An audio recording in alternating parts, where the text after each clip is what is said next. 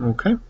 Hello there, friends and neighbors. I want to show you how to do confidence intervals. Well, hypothesis tests also confidence intervals, but really hypothesis tests for one parameter with real data using R. So that is the Real Data Homework 8. Okay, so generally this is the assignment. So I'm going to just walk through doing it in R. So for starters, open up R. There it is. And if yours is not set like mine is, then you need to open library R Commander like this. Library, all lowercase, no spaces, open parenth, capital R, lowercase cmdr, close parenth, hit enter. And it will open R Commander. Looks like this. Once you have R Commander open, go to Tools, Load R Commander Plugins, and choose EasyR. Tools, Load R Commander Plugins, EasyR plugin. OK. It says it will not work until it restarts, and you say, of course. That's what I want to do, so yes, restart. By all means, I love restarting. OK.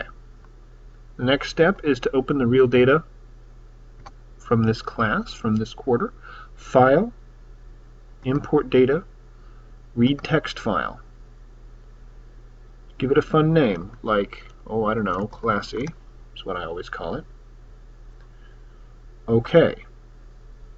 Now go find wherever you have downloaded it. Make sure you save it someplace reasonable that you can find it from one week to the next, because we need this data set a lot, and we also need other data sets. So I have it in this class folder. Now make sure it's data from stat survey this quarter. This is what those 4 characters mean. Cleaned.csv, where comma separated value is what CSV stands for. Okay. Now it's open, and I want to view the data set to make sure I have it open. So I say View Data Set. Here it is. I can double click to maximize it. And let's go ahead and explore this. Now these questions should map very, very closely onto the Homework 7 real data. Basically what I want to teach is Homework 7 is about confidence intervals for a single parameter, and Homework 8 is about hypothesis tests for that same single parameter. And we'll find that the computation, the math, even the interpretation is very, very similar. So this should feel very familiar. This is closely related to last week's homework.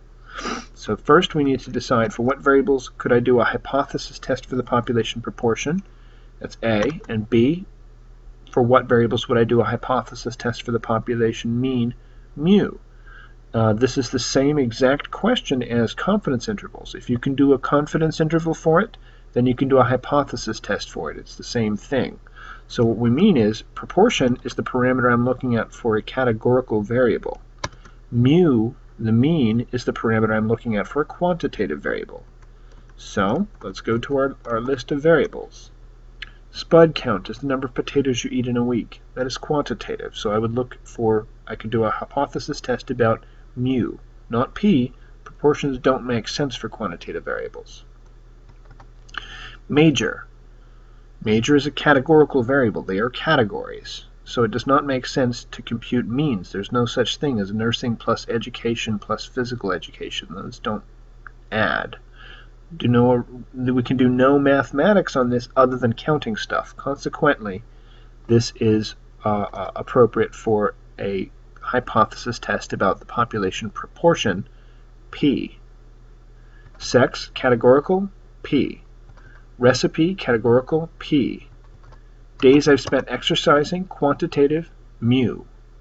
Vision correction, categorical, P. Height, quantitative, mu. Opinion about the movie Hunger Games. These are numbers, so if I were to delete all the people who have never seen it, all of the negative 99s, I would have a quantitative variable and I could analyze it for mu. On the other hand, there are very few categories. I think it's 1 through 5, and negative 99. So I could treat it as a categorical variable if I wanted to, and look for the proportion of people who haven't seen it, the proportion of people who give it 4 stars, etc. So this is up to you. Nose, that is the length of the nose from here to here. That is a quantitative variable, so I will be looking for mu. I can do a hypothesis test or confidence interval for mu. Hand span, how wide is my hand in millimeters? This is mu, is a quantitative variable. And the last three, vision bind, recipe simple, and major simple, are just reduced versions of the categorical variables we worked with earlier. So because they were categorical over here, their reduced versions are also categorical. And that's the answer to those questions. Now let's do some math. Vision bind. We're going to work with binary vision. Test the claim that exactly half the class has vision correction using alpha equals 0.05. First, check the assumptions. This is a categorical variable. That means we're going to be assuming it follows the binomial distribution, which, among other things, means we're assuming each observation is independent of each other. If this were a simple random sample, that would definitely be satisfied. Those are important assumptions, but the assumptions that are key and unique to this type of variable are as follows. NP is greater than or equal to 5, and NQ is greater than or equal to 5. I want to be clear on this. The actual assumption is that NP is large and NQ is large. But we have a rule of thumb. We say greater than or equal to 5. And as long as both of these are satisfied, we're going to be okay to meet the assumptions to use the normal distribution, and therefore we will be doing the z test, which is equivalent to the chi-square, as we will see in a minute. Now, in the last unit, when we were working with confidence intervals, we don't know what p is. So we have to treat NP with n times p hat and n times q hat and just see how many successes and failures we have. But this week, with this unit, with hypothesis testing, we do know what p is, assuming the null hypothesis is true. So in order to really test the assumptions, I need to know what the null hypothesis is. So now is as good a time as any to do 2b. I will say, let me get open a Word document. I will say HO colon. Null hypotheses always have the same exact format. It is always of the form parameter equals some number. The alternative hypothesis always argues, always completely disagrees with the null, and it says that that same parameter does not equal, exclamation equal, does not equal that number. Now I might make this a partial equality by saying it's less than or equal to, and if that were the case, the alternative would be greater than. I might make this a partial equality by saying this is greater than or equal to, and if I did that, the alternative would be less than. But the bottom line is the null hypothesis must have an equal sign, and the alternative hypothesis must never have an equal sign. So let's see what we have here. We're saying exactly half the class has vision correction. So that is parameter p equals, the parameter is p, it's a proportion, we just said that. That's the kind of variable this is. So p equals 0.5. Alternative is that p is less than, is not equal to 0.5. And that's it, and that's all. We have alpha equals 0.05. That much information has been given. So check my assumptions. Okay, let's do that. Now I have, I need to get the sample size before I can do that, don't I? So let's go to the statistical analysis, discrete variables, because this is a discrete variable. Go to frequency distributions and choose vision binary, vision bind. Just click OK. I will see that I've got 46 with correction and 70 with no correction.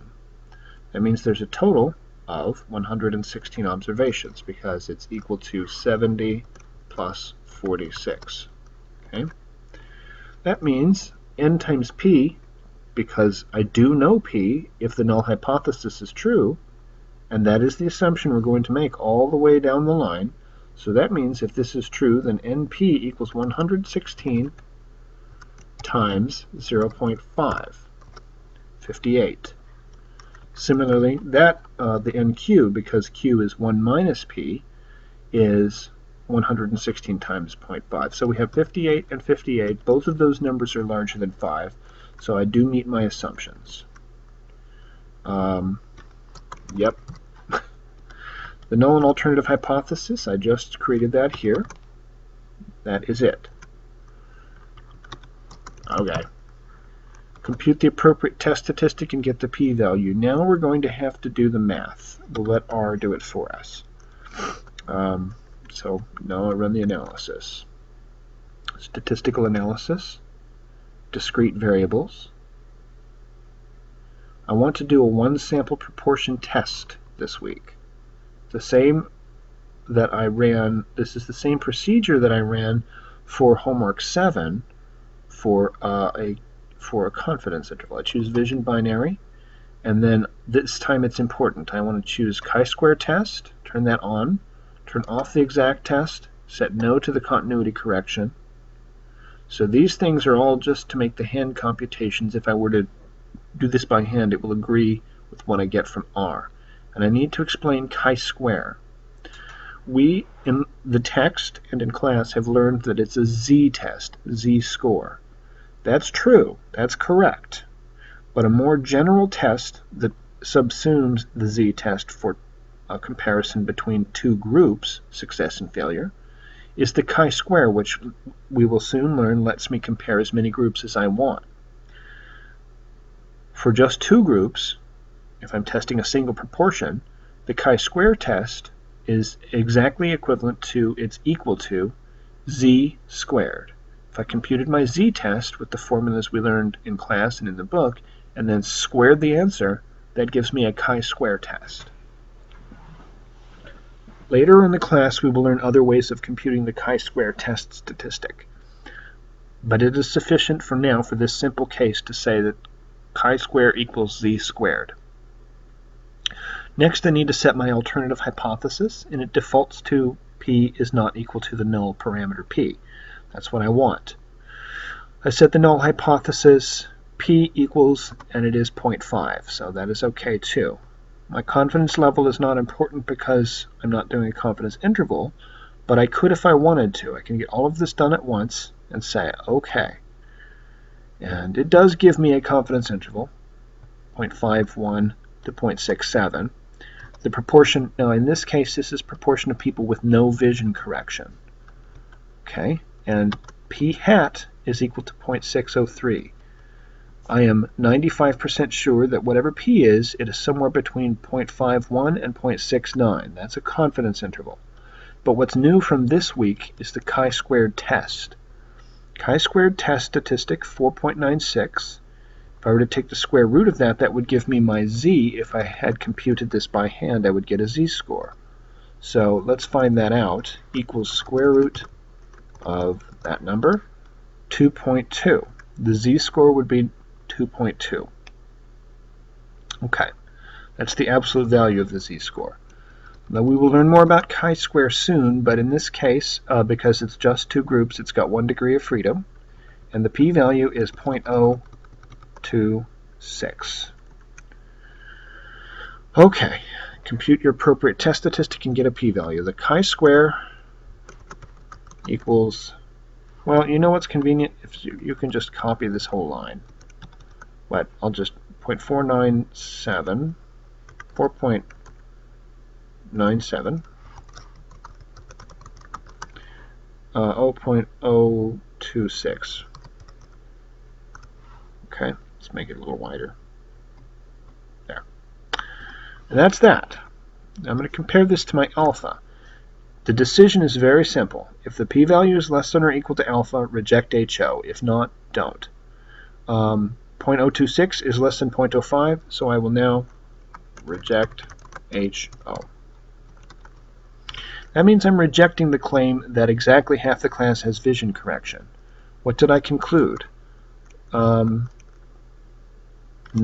half the class has vision correction. My actual sample p hat tells me a little bit more. It tells me that p hat is 0.603. 60% of the class has no vision correction, and that's fine. I would actually know that it's more than less than half the class has vision correction. But according to this test I did, it is a two-tailed test, so I can't actually answer that question. I only know that is not half. Is it possible that I committed a type 1 error?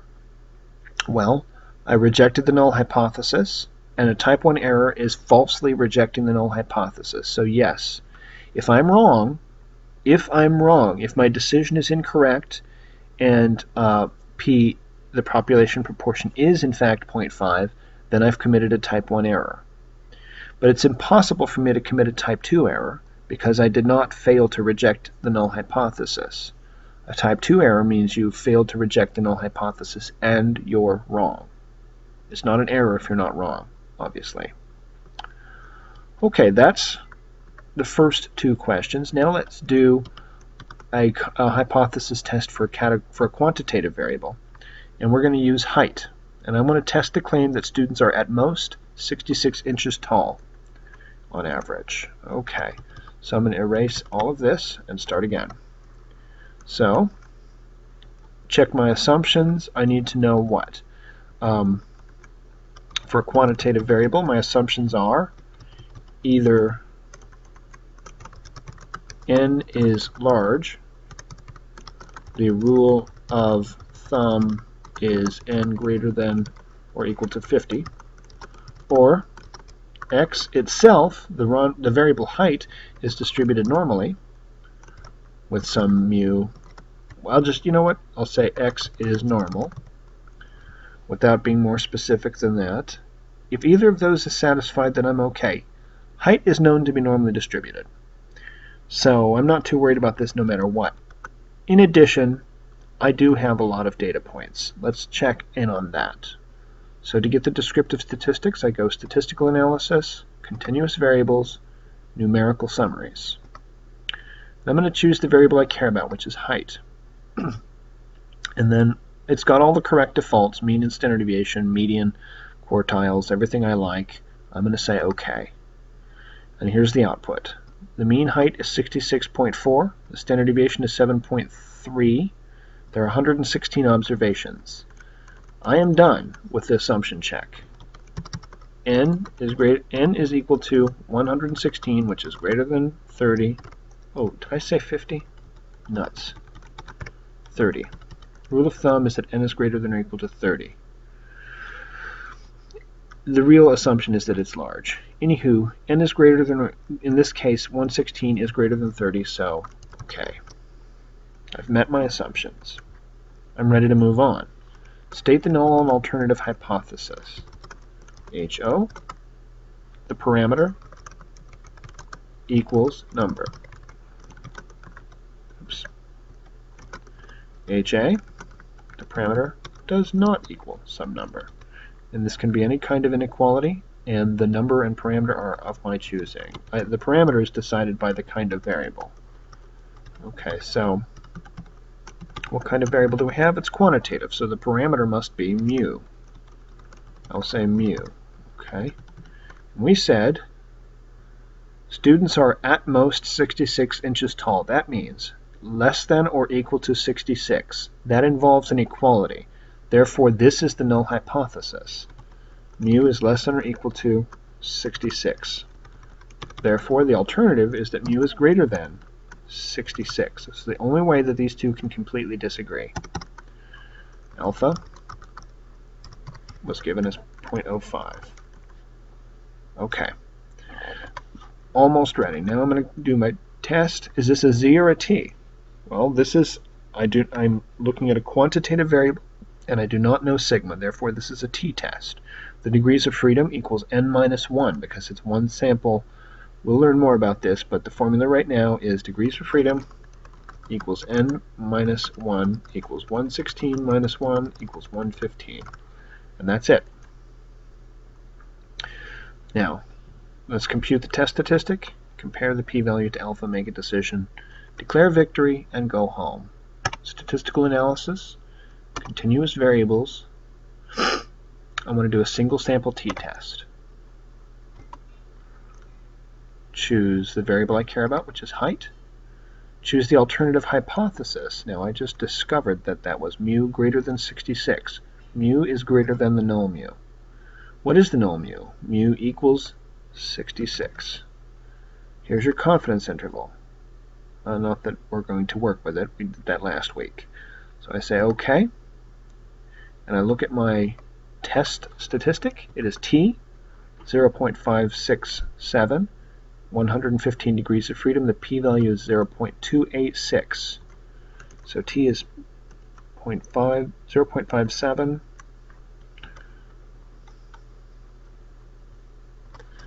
T with 115 degrees of freedom equals 0.57. P-value is 0.286. So, 0.286, is that bigger than or less than 0.05? It is greater than, therefore I do not reject HO. Do not reject the null hypothesis.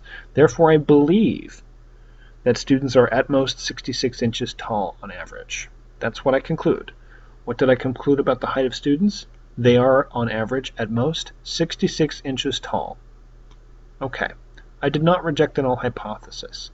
Therefore, it is impossible for me to have committed a type 1 error. Type 1 error means falsely rejecting. However, if I'm wrong, if in fact students are taller than 66 inches on average, then I might have committed, if I am wrong, then I have committed a type 2 error. And that's that.